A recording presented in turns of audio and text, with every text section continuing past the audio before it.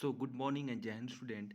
Today I am going to explain you the fourth part of this chapter, the French Revolution, on the topic of Did Women Have Revolutions? तो हम लोग बात करेंगे बच्चों French revolutions में अगला topic जो कि पॉइंट 4 पर है, जिसमें लिखा है did women have a revolution? क्या महिलाओं के लिए भी क्रांति हुई थी? क्या जो रिवोल्यूशंस चल रहे थे उसमें औरतों के लिए भी कुछ फ़ायदा हुआ था? इस विषय पर हम सब बात करेंगे। तो सभी लोग ध्यान से देखेंगे। सबसे पहले तो देखते हैं ये फिगर। फिगर देखिए क्या दिख रहा है। लिखा है कि Parisian women on their way to Versailles. तो इसमें क्या है, वर्साय की ओर कूच करती हुई पर्सियन पेरिस की पेरिसियन और सॉरी पेरिस की जो महिलाएं हैं वो वर्साय की तरफ जाती हुई दिखाया गया है। लिखाया गया है कि this is one of the many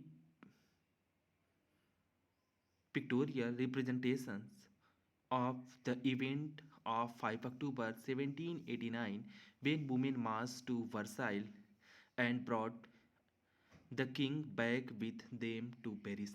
तो कहने का मतलब इसमें यह है बच्चों, यह वास्तव में जो चित्र दिखाया गया है यह 5 अक्टूबर 1789 की घटनाओं का कई चित्रों का एक, सच कहे तो चित्रों में से एक चित्र है, जिसमें यह दिखाया गया है कि उस दिन जो वीमन्स हैं, महिलाएं हैं, वो पेरिस से वर्साय जाकर राजा को अपने साथ लेकर लौट रही हैं। यही इस फिगर में दिखाया गया है। तो देखिए लिखा है, आगे देखते हैं। आप सभी लोग बुक को लाइन बाय लाइन पढ़ेंगे तो इसका एक्सप्लेनेशन आपको समझ में आ जाएगा। ठीक है। From the very beginning women were active participant in the event which brought about so many important changes in French society. They hope that their involvement would pressure the revolutionary government to introduce measures to improve their lives.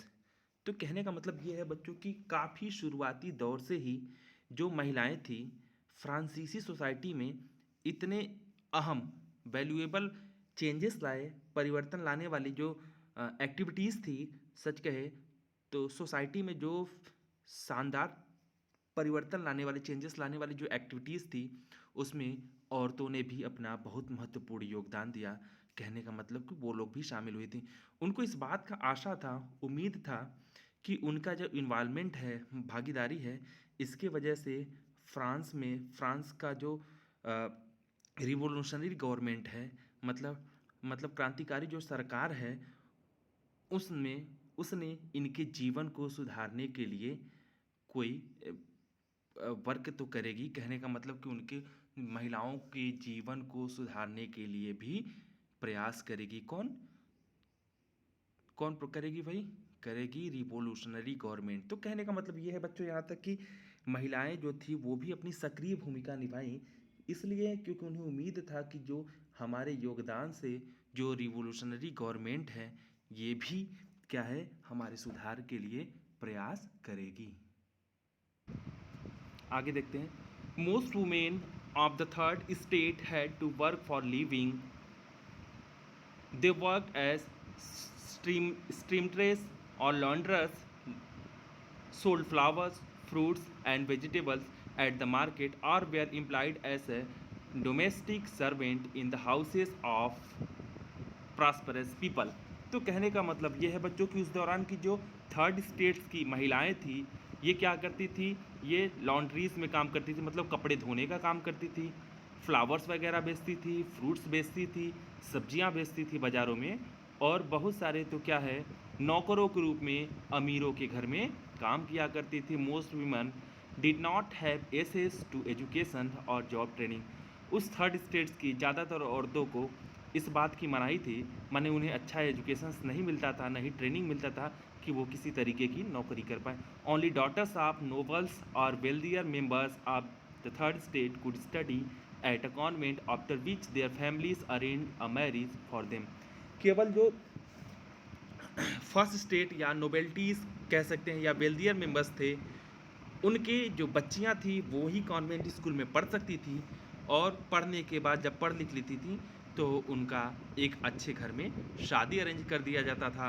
लिखा है देखिए, working women had also to case their families sorry working women had also to care for their families, that is cook, fetch water, cook और fetch water, queue up for bread and look after the children. तो जो third states के basically जो औरतें थी, जो working औरतें थी, वो क्या करती थी, वो अपने परिवार की देख रेख करती थी, खाना बनाती थी, पानी भरती थी, ब्रेड लाइन लगा के ब्रेड खरीदती थी और अपने बच्चों की देखभाल करती थी। Their wages were lower than those of men. लेकिन इन सब के बावजूद वे जो महिलाएं थी, इनका जो सैलरी था पुरुषों के मुताबिक बहुत कम था। तो कहने का मतलब ये था कि बहुत शुरुआती दौर से, मैं एक बार फिर से इसको रिवाइज करा देता हूँ, इसका जो मेन सेंट्रल आइडिया मैं वो एक्सप्लेन करते हूँ। जो औरतें थी या वो ये सोच करके पार्टिसिपेट किया फ्रेंच रिवोल्यूशंस में कि चलो भाई इसके वजह से जो थोड़ी सुधार होगी। सुधार क्या होगी, कहने का मतलब हम भी काम करते हैं तो पुरुषों को ज़्यादा सैलरी मिलती, हमें ज़्यादा मिले। ये महिलाएं क्या करती थी, अमीरों के घर में काम करती थी, बर्तन करती थी, चूल्हा करती थी, पोछा करती थी, साथ साथ अपने घर में अपने परिवार की देख रेख करती थी, बच्चों की देख रेख करती थी। यही जीवनचर्या थी रिवोल्यूशंस के साथ साथ। In order to discuss and voice their interest, women started their own political clubs and newspapers. लेकिन इन सब के बावजूद अपनी आवाज़ को उठाने के लिए, अपनी आवाज़ को उठाने के लिए ये जो महिलाएं थी, ये खुद के पॉलिटिकल क्लब शुरू कर दिए और खुद के अखबार निकलना शुरू कर दिए। About 60 women's clubs came up in different French cities. हालांकि उस दौरान लगभग 60 महिलाओं के जो क्लब थे वो अस्तित्व में आए उस दौरान फ्रांस के अलग अलग शहरों में। अलग अलग शहरों में महिलाओं के लगभग 60 क्लब ऐसे थे जो एक्टिव थे। The society of revolutionary and Republican women was the most famous of them. और इन सब ये जो सारी जो क्लब्स थे, इसमें एक क्लब था जिसका नाम था द सोसाइटी ऑफ रिवोल्यूशनरी। क्या था, इसका नाम था the society of revolutionary and Republican women. ये क्या था, ये बच्चों बहुत ही उन 60 जो अलग अलग क्लब्स थे उसमें बहुत ही फेमस थी। One of their main demand was that women enjoy the same political right as men. और हाँ, इसमें जो सबसे महत्वपूर्ण बात थी, इनकी जो सबसे प्रमुख मांग ये थी कि वीमेंस को भी मेंस के समान जो पॉलिटिकल राइट्स हैं वो मिलने चाहिए। मतलब वोट देने का, चुनाव लड़ने का, ये महिलाओं को भी अधिकार होना बहुत आवश्यक है। Women were disappointed that the constitution of 1791 reduce them to a passive citizen. तो अगर आप इसके पहले जो हमने टॉपिक में चर्चा किया था, जिसमें रॉस मैक्सिमिलियन रॉबस्पियर थे, इन्होंने जब कॉन्स्टिट्यूशन से बनाया था, इसमें महिलाओं को क्या कर दिया गया था, पैसिव सिटीजन्स में डाल दिया गया था। पैसिव सिटीजन्स का मतलब ये होता है बच्चों, वे महिलाएं जिनको वोट देने का अधिकार नहीं होता था, जो क्या है अपने कमाई का टैक्सेस पे नहीं करती थी, उनको पैसिव, जो बेसिकली जो ना टैक्स पे करे और जो ना वोट दें, उनको पैसिव सिटीजन्स कहते थे। They demanded their right to vote, to be elected to the assembly and to hold political offices। तो इस तरीके से महिलाओं ने जो है कि बेसिकली वोट देने का अधिकार, असेंबली में चुने जाने के लिए, तथा पॉलिटिकल पदों की जो पॉलिटिकल पोस्ट थी उसकी मांग रखी कि हम भी वोट देंगे और हम भी चुनाव लड़ेंगे। ठीक है। Only then they felt would their interest to be represented in the new government. और तब उनका यही मानना था कि तभी जो नई गवर्नमेंट बनेगी, जो नया सरकार बनेगा, उनके हित के लिए उनका प्रतिनिधित्व हो पाएगा। तो कहने का मतलब ये है कि हमारा रिप्रेजेंटेशन तभी होगा जब हम भी वोट देंगे और खुद चुनाव लड़ेंगे। In early years the revolutionary government did introduce laws that help improve the lifes of women. और इस तरीके से शुरुआती समय में, शुरुआती सालों में जो रिवोल्यूशनरी गवर्नमेंट थी, उन्होंने महिलाओं के लिए, वीमेंस के जीवन में सुधार लाने के लिए, इम्प्रूवमेंट के लिए क्या किया, बहुत सारे कुछ जो है लॉस को इम्प्लीमेंट किए, माने बहुत सारे नियम्स लाए जिससे महिलाओं की स्थिति सुधरे। Together with the creation of state schools, schooling was made compulsory for the all girls. इनमें से जो सबसे महत्वपूर्ण बात थी, तो देखा जाए कि जो औरतें थी, मतलब कहने का मतलब स्टेट स्कूल्स बनवाए और महिलाओं के लिए, बच्चियों के लिए स्कूलिंग कंपलसरी करा दी ताकि महिलाओं की भी स्थिति सुधरे। Their fathers could not longer force them into marriage against their will.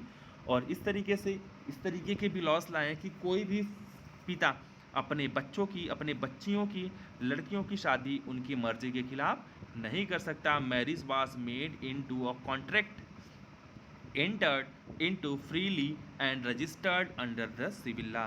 और तब क्या है जो सच कहे तो ये हो गया कि जो शादी की बात थी, शादी एक कानूनी अधिकार हो गया जिसमें ये लोग सिविल लॉ के अंतर्गत जाके अपना शादी रजिस्टर्ड करते थे। एक कॉन्ट्रैक्ट होता था, ऐसा नहीं कि जाके माता पिता जिससे चाहे उससे कर दिए, जिसको हम लोग कह सकते हैं कोर्ट मैरिज, उस तरीके की शादी की व्यवस्थाएं कर।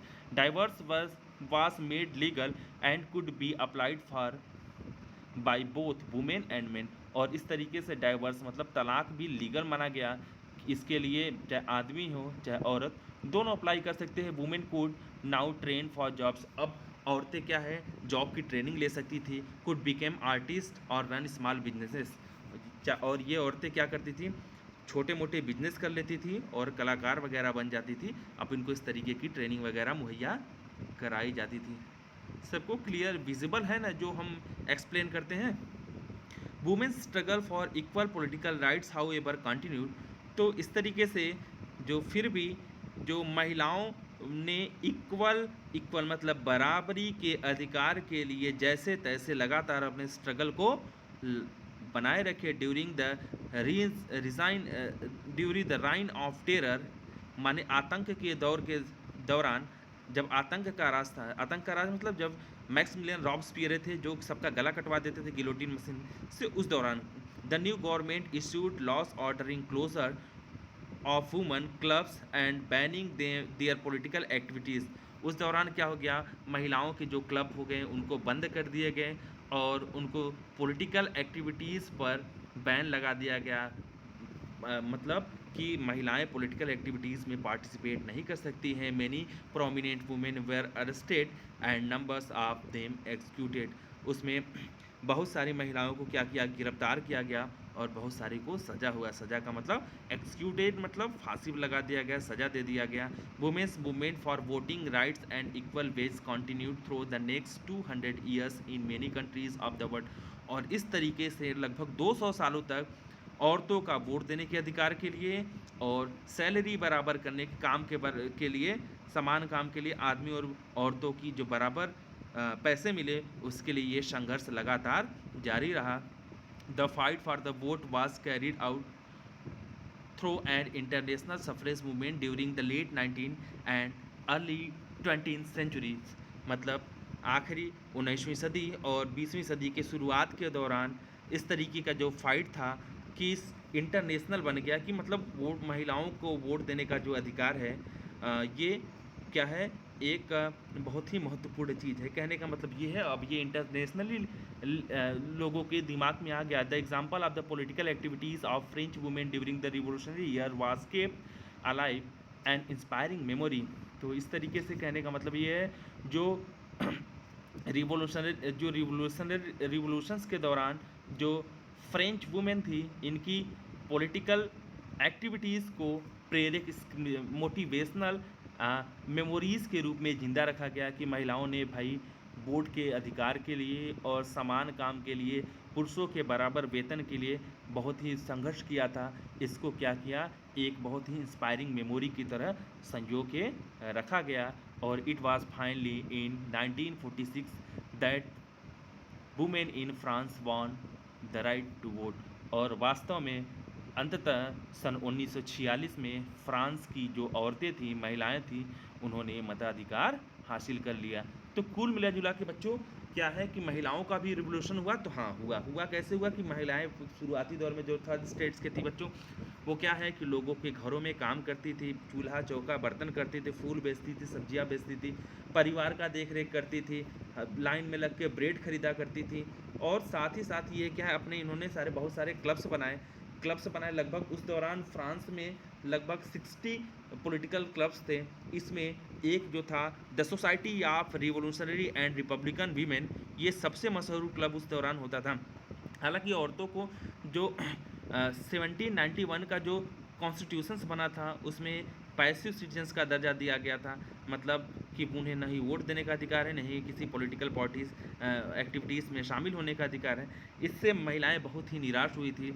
लेकिन फिर भी जो शुरुआती दौर में जो औरतों का रिवोल्यूशंस में जो इनके रिवोल्यूशन से जो सुधार हुआ, उसमें महिलाओं को स्कूल, जो बच्चियां थी, लड़कियां थी, उनकी स्कूलिंग कंपलसरी बना दी गई, उनको जॉब की ट्रेनिंग दी जाती थी। इस तरीके से महिलाएं जो है अच्छी आर्टिस्ट बनना शुरू हो गई, अपने बिजनेस वगैरह रन कराना शुरू कर दी गई, ठीक है।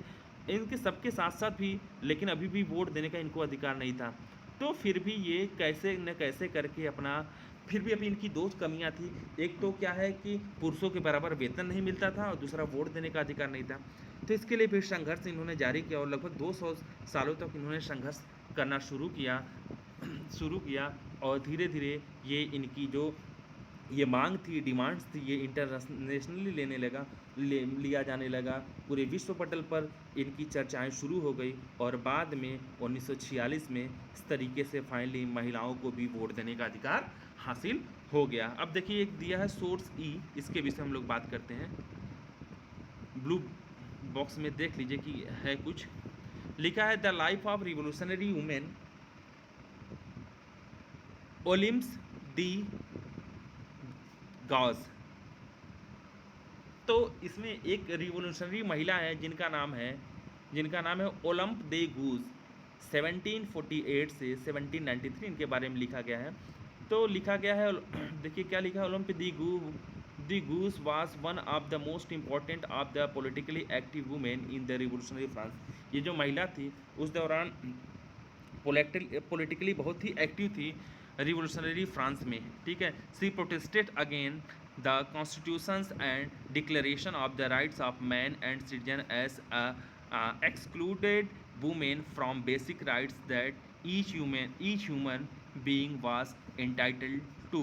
तो कहने का मतलब ये है, उस दौरान बच्चों उन्होंने जो कॉन्स्टिट्यूशंस तथा पुरुष और नागरिक अधिकार का जो घोषणा पत्र था उसका विरोध किया, क्योंकि उसमें जो वीमेंस को एक केवल एक मानव मात्र के अधिकारों से वंचित रखा गया था। कहने का मतलब ये घोषणा पत्र बना था, इसमें महिलाओं को केवल बस एक मानव रखा गया था, उन्हें किसी तरीके का अधिकार नहीं प्राप्त था। सो इन 1791 she wrote a declaration of rights of members of National Assembly demanding that they act upon it।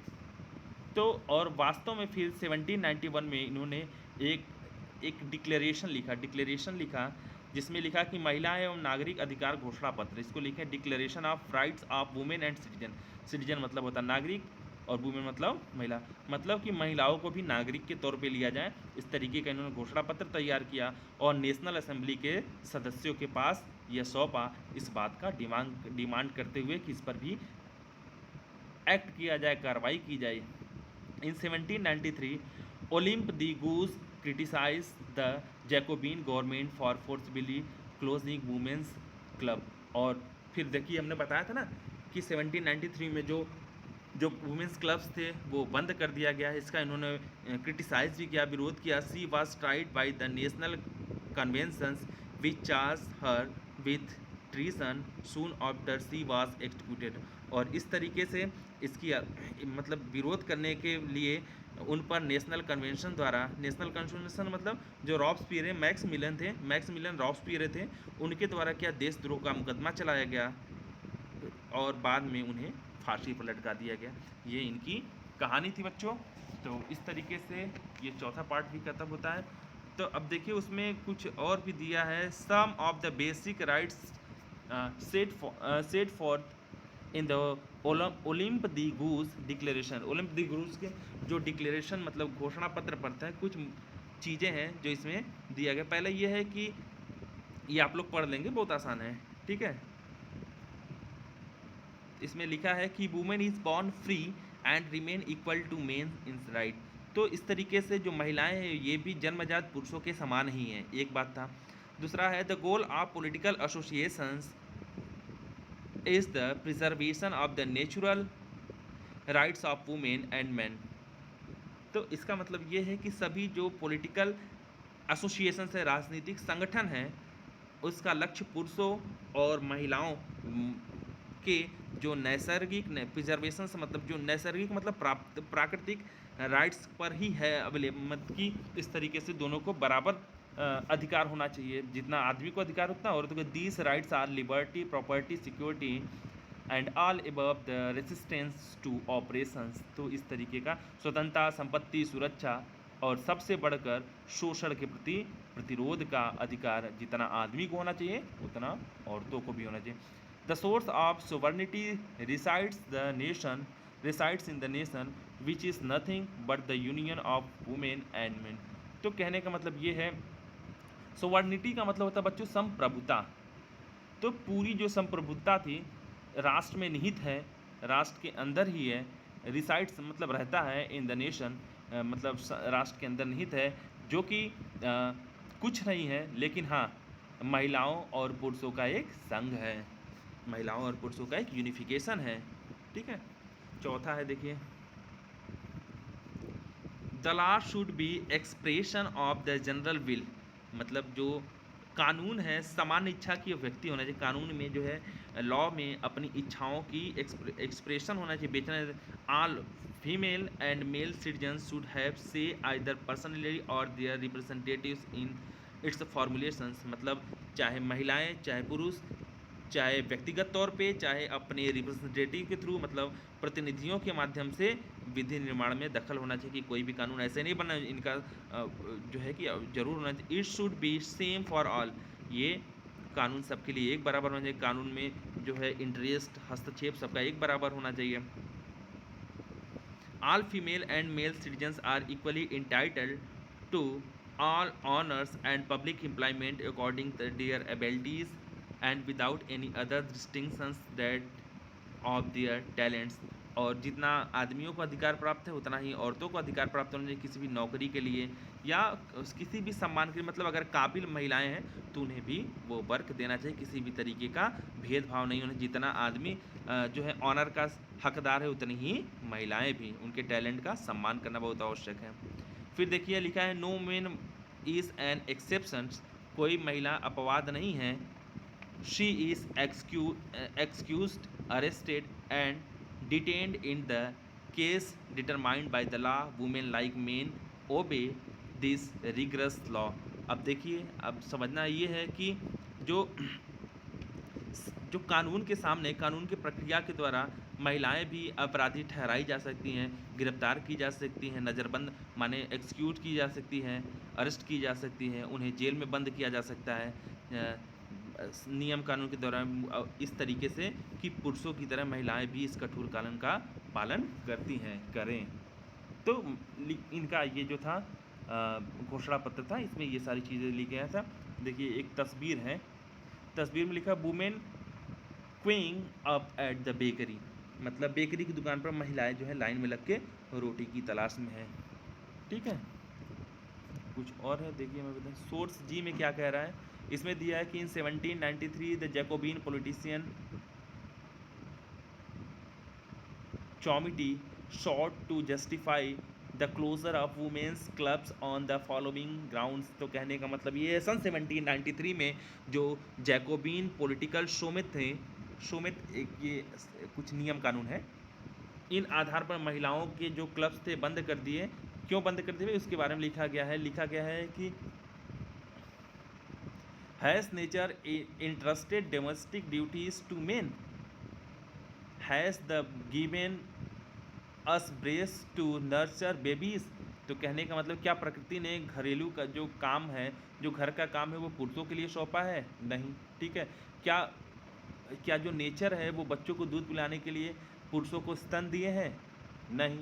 इस वजह से बंद कर दिया गया। शी सेड टू मैन, उसने मैन आदमी से कहा, be a man hunting agriculture political duties that is your kingdom. तो कहा कि पुरुष बनो, शिकार करो, खेती करो, राजनीतिक कर्तव्य यह तुम्हारा साम्राज्य है, यही तुम्हारा किंगडम है। शी सेड टू वुमेन, और उसने वुमेन से कहा, ये महिला ने कहा कि बी ए वुमेन, और महिलाएं वो होंगी, महिलाएं मतलब महिला बनो, the things of the household, the sweet duties of motherhood, those are your task. मतलब महिलाओं के लिए गृहस्थी का काम, मातृत्व का जो सुखद दायित्व है, मतलब motherhood, sweet duties of motherhood, यही महिलाओं का मेन काम है। और इसके बाद शेमलेस आर दोज वुमेन, वे महिलाएं जो हैं निर्लज्ज हैं, to who wish to become men, जो पुरुष बनना चाहती हैं, have not duties been fairly distributed, और जिम्मेदारियों का उचित बंटवारा नहीं हो चुका है। बच्चों इस तरीके से ये वाला पार्ट ख़त्म होता है। एक एक चीज़ मैंने बता दिया। उम्मीद है कि आप लोगों को समझ में आएगा। नहीं समझ में आएगा तो एक दो बार आप पढ़ेंगे, थोड़ा समझ में आना शुरू हो जाएगा, ऐसी बात नहीं है, क्योंकि हमने लाइन बाय लाइन बताने के बाद इसका मेन जो सेंट्रल आइडिया था वो भी हमने बता दिया। ओलंप दे गूस की जो घोषणा पत्र थी उसमें भी हमने चीज़ें बता दिया, क्या क्या चीज़ें थी, जो अलग अलग सोर्सेज थे उसमें से भी हमने बताया। तो इस तरीके से बच्चों ये टॉपिक समाप्त होता है। उम्मीद है आप लोगों को थोड़ा समझ में आया होगा। बहुत बहुत ध्यान से सुनने के लिए धन्यवाद।